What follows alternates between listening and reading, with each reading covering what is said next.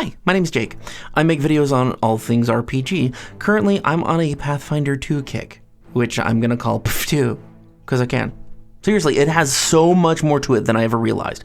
There are lots of options for everything you do. Okay, classes. Today we're gonna talk about classes. So in 5e, you can sum up each class pretty easily. Artificer, smart tanks with gadgets. And because everybody needs fidget spinners. Barbarian, Hulk smash.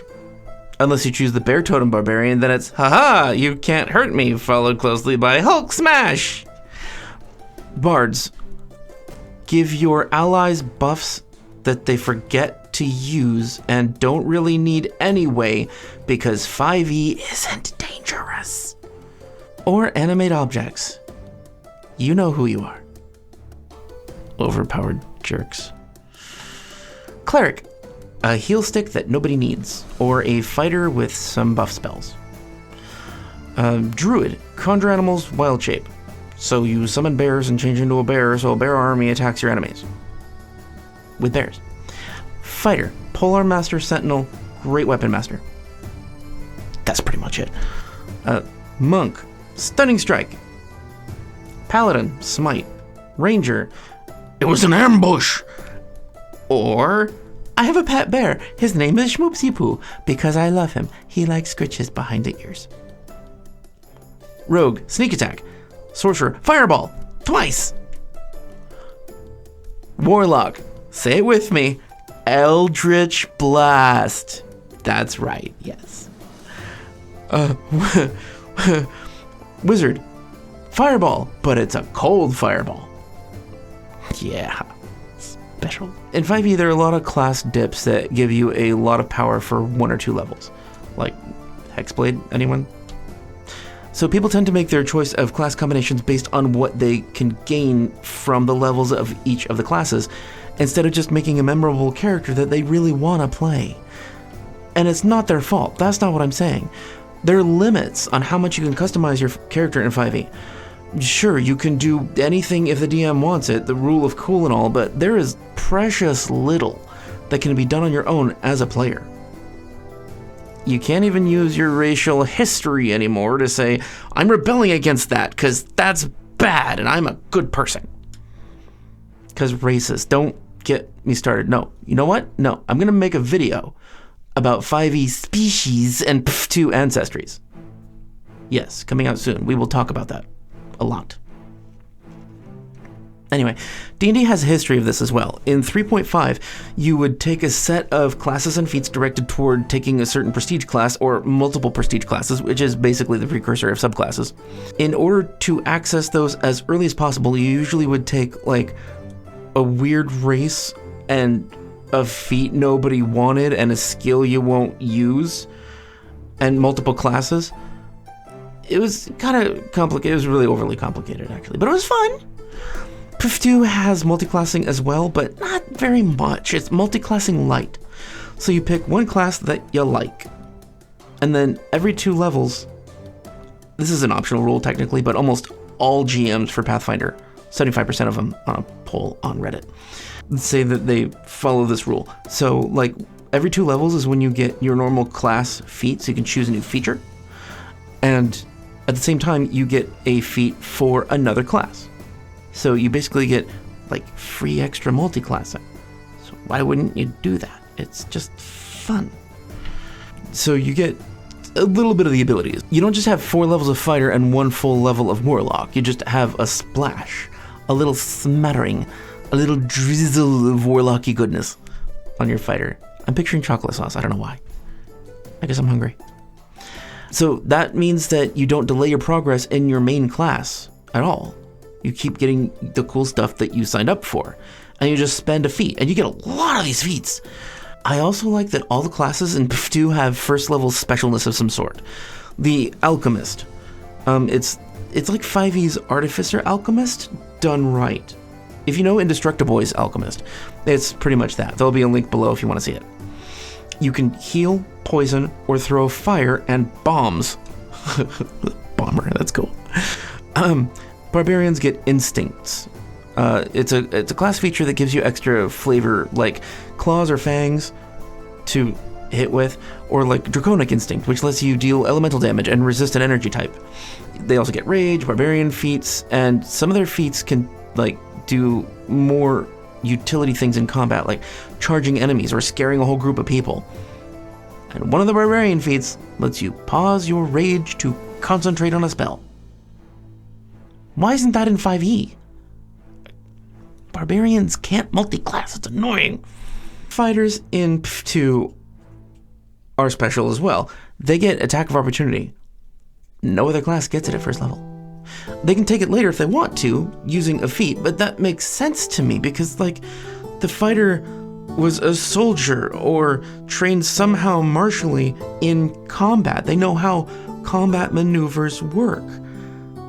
So they would know when they see an opening and stab somebody. Like a wizard who spends 50 years reading in a library isn't going to have any clue how actual hand-to-hand combat works. Okay, I'm on a soapbox, sorry. The fighter also gets other things like shield block, which is a reaction that allows you to raise your shield to reduce the amount of damage that you were going to take by having your shield take it. I like that, that's cool. It's another use for shields. They also get fighter feats and they get bravery, which means if you're in a battle, you get bonuses to save versus fear. It totally makes sense, right? You're battle hardened. Pf2's ranger hunts and then focuses down one target really well and actually works. Yeah, you knew that was coming. The Magus, they combine sword and sorcery. So they're gishes. They're for everybody who wants to play a gish. It's really fun to combine melee or ranged attacks with spells. It's just, I don't know, the feel of it makes you feel powerful. The Inventor. You make armor, constructs, or weapons. You start with either a heavy armor power suit or a subterfuge suit, similar to the Artificer in 5e. And you can choose from 22 armor modifications, 18 construct innovations, and 25 weapon innovations. This is the Artificer done right. And no matter what path you take, it says in the book that all of the inventors know how to make their own shit explode. Mad scientist. Oh, I love it. It's flavorful. Monk. They have stances. They have flavor. That's martial arts. They're so much better than 5e. I will do a whole video on monks. There's just too much to explain right now, but they are fun. And they feel like a monk. Monkey mountain crane flying void kick! Wah! Okay, Oracle. I'm not really sure why they're called oracles, but it's the weirdest class they have. You're cursed by some spiritual force. You get divine spells from like some nebulous concept like dead relatives, and you can curse yourself harder for more power. Some of the curses are awesome. I like the fire one. You get the Curse of Engulfing Flames. It's from the Advanced Player's Guide. You see flames and smoke wherever you look. These flames might be imagined, or they might be a glimpse of the fires that empower the entire multiverse, but you always see them. They actually hinder your sight. You also smoke slightly, and your body is always hot to the touch, almost painfully so. All of these effects intensify until you reach the major curse, which is an aura of fire surrounds you in a 10-foot emanation, dealing 4d6 fire damage to all of the creatures in the aura at the end of each of your turns. That's not even using any spells, that's just the base curse. So you're constantly hurting everyone. That's great! That is a lot of unique flavor that I haven't seen in 3.5 or 5e or 2nd edition. The oracles are very cool if you want like a very special sort of otherworldly vibe for your character. Real quick, if you want more videos on Pf2 breakdowns, hit the subscribe button. It'll ensure you see my upcoming videos on ancestries and classes, and it'll help me know if I'm making good content, stuff you want to see. Back to Summoner. They summon Eidolons, magical constructs or creatures that share their hit points and kill stuff for them. They're like extraplanar entities that are helping them out. Wikipedia says an eidolon is a spirit image of a living or dead person, an image or representation of an idea, an apparition of some actual or imaginary entity, or of some aspect of reality. That's pretty accurate to how Paizo uses it too.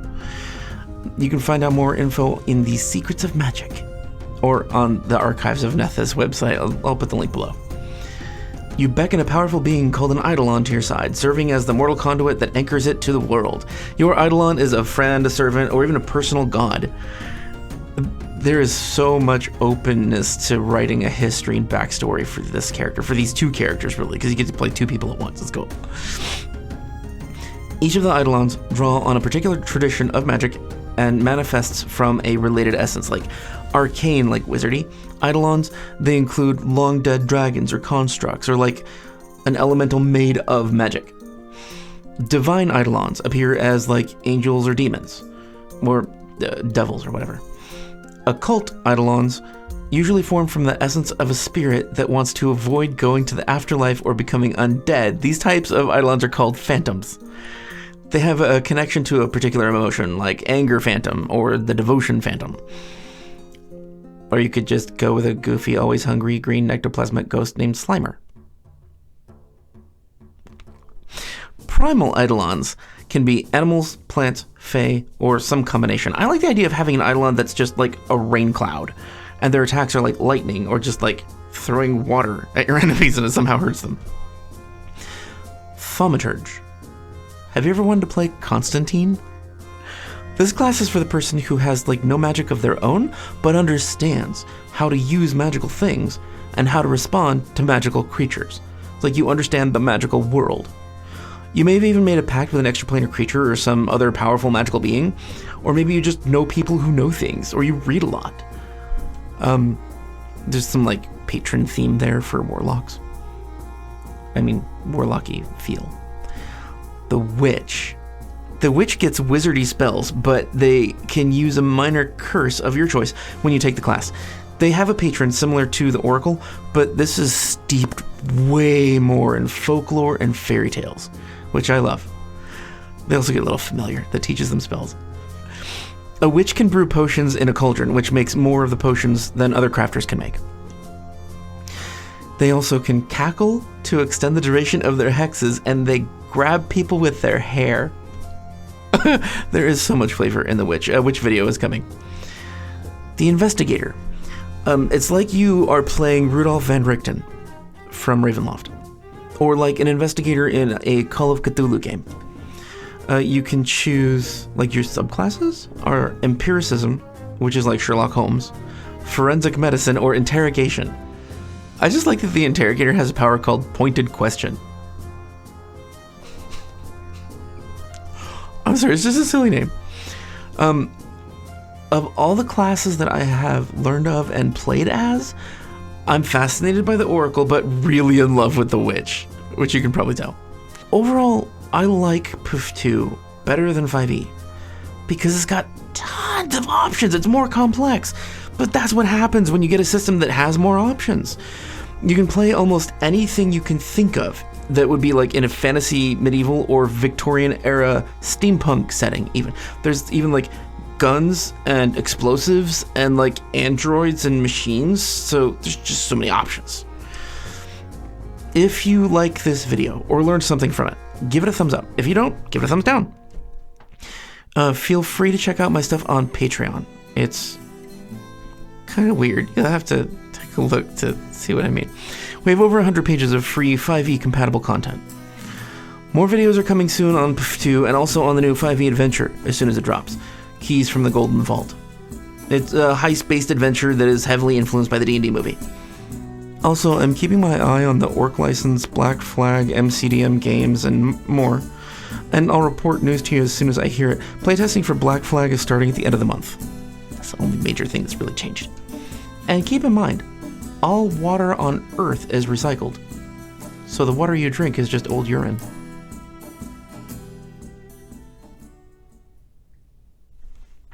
I don't know what you should do with that. Just use it however you like.